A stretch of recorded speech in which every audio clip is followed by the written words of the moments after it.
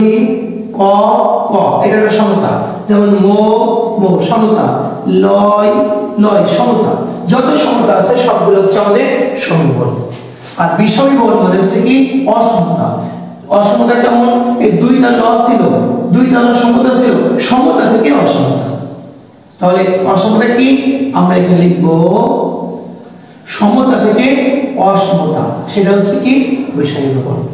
সমীকরণ কি? এই যে আমরা বলছি চক্র চ ক র, এটা অসমতা আছে, এটাকে নিচে চলে আসছে দুইটা ক, মানে কি অসমতা থেকে সমতা, অসমতা থেকে সমতা, সেটা হচ্ছে কি সমীকরণ।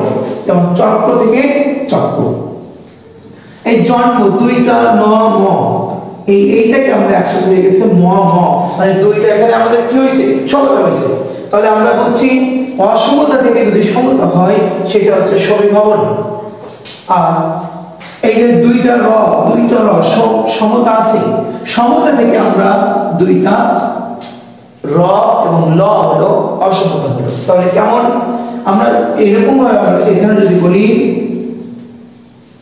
পদ দয় মই পদ্ম, এটাকে আমরা বললাম প দয় দয়, এই দুইটা দয় দয় হয়ে যাচ্ছে, এর মানে কি সমতা হয়ে যাচ্ছে। এইটা ছিল অসমতা, এটা সমতা। সমতা মানে কি সমীকরণ, এক কথায়।